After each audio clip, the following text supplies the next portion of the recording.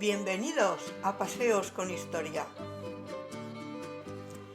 En Barcelona, en el principio del actual paseo de Lluís Companys, encontramos uno de los monumentos más característicos de la ciudad.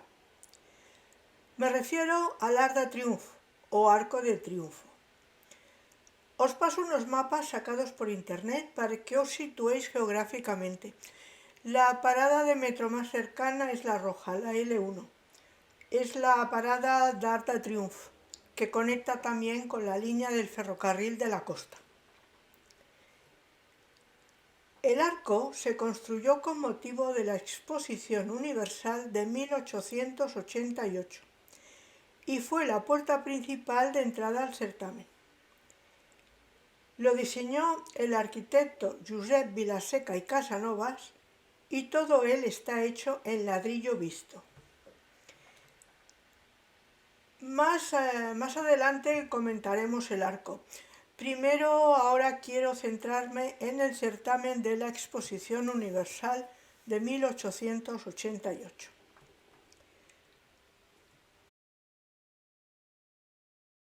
En ese año, Barcelona tenía algo más de 500.000 habitantes y a nivel industrial era una ciudad muy importante. Pensemos que nos encontramos en el pleno periodo de la Restauración borbónica. Alfonso XII había fallecido en 1885 y el trono español lo ostentaba su hijo Alfonso XIII, bajo la regencia de su madre María Cristina de Habsburgo-Lorena. En ese año de 1888, el presidente del Consejo de Ministros era Práxedes Mateo Sagasta, que ostentaba su cuarto mandato, y Francesc Rius i Taulet era el alcalde de Barcelona.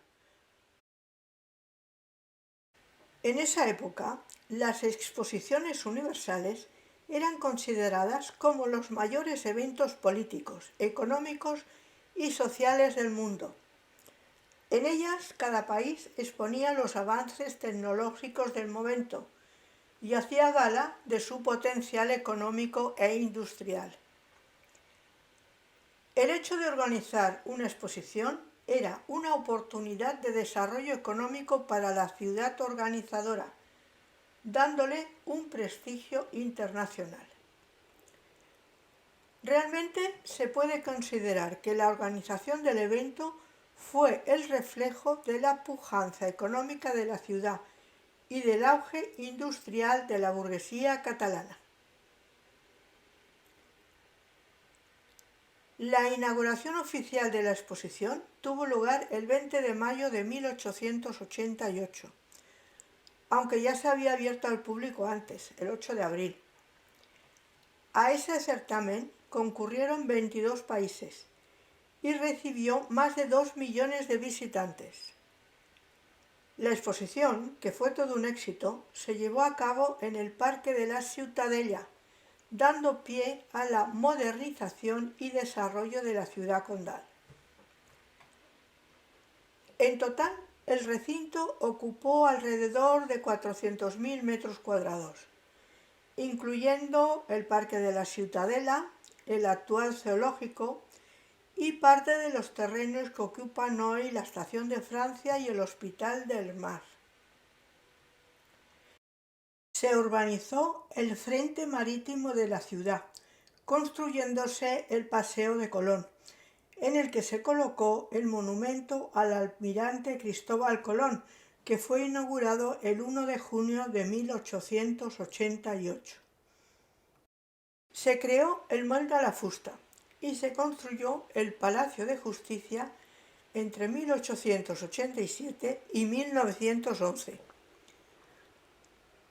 También se iluminaron con electricidad las principales calles que daban acceso al certamen, entre ellas las Ramblas, el Paseo de Colón y la Plaza de Sant Jaume, instituyéndose el servicio de las golondrinas, unas embarcaciones de recreo que salían frente a la estatua de Colón y hacían un recorrido marítimo por el puerto. La puerta de acceso al evento fue el Arc de Triunfo y el billete de entrada costaba 1 peseta. Bueno, veamos ahora cómo era el recinto y qué queda de él. Cuando se pensó en realizar el evento, el Parque de la Ciutadella estaba en plena reestructuración, después de que el gobierno del general Prim aprobara un decreto por el que cedía la fortaleza a la ciudad, con la condición de que el terreno fuese destinado a parque público. En 1872 se había adjudicado el proyecto a Josep Fontserra y la Ciutadella se estaba remodelando. Se construían nuevos espacios, pero conservando algunos edificios importantes, como el Palau del Gobernador, que actualmente es el Instituto de Enseñanza Verdaguer, la Capilla Castrense o el Arsenal Militar, que desde 1979 es la sede del Parlament de Catalunya.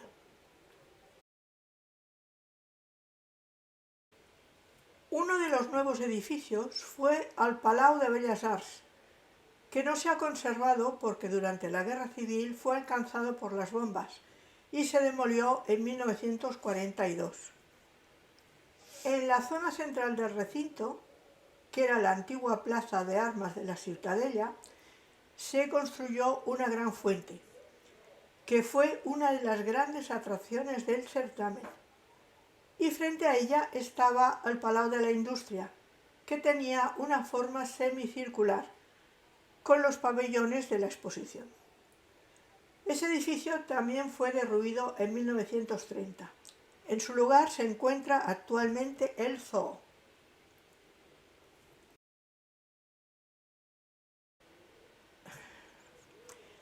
Hoy en día, la gran parte de los edificios de la exposición han desaparecido, pero otros permanecen, como el Arc del Triunfo y otros edificios de los que os hablaré en otro momento, cuando entremos de lleno en el actual Parque de la Ciutadella. Ahora quiero hablaros del Arc del Triunfo y del Passeig de Lluís Companys, que da acceso al parque. Lo que destaca más al entrar en el paseo es el arco, que se diferencia de los tradicionales, en que no tiene carácter militar, sino civil. Es de inspiración mudéjar, tiene una altura de 30 metros y cuenta con varias esculturas a cargo de renombrados artistas. Por ejemplo, Josep Reinés esculpió en la parte frontal del friso, la parte de arriba, la representación de la adhesión del certamen a las Naciones Unidas. Y Josep Llimona se encargó del otro lado, con una alegoría de las recompensas y galardones dados a los participantes de la exposición. Arriba, en el lateral derecho, Antoni Vilanova realizó las alegorías de la industria, la agricultura y el comercio. Y en el lado izquierdo, Torquat Tassó se encargó de reflejar a las ciencias y las artes.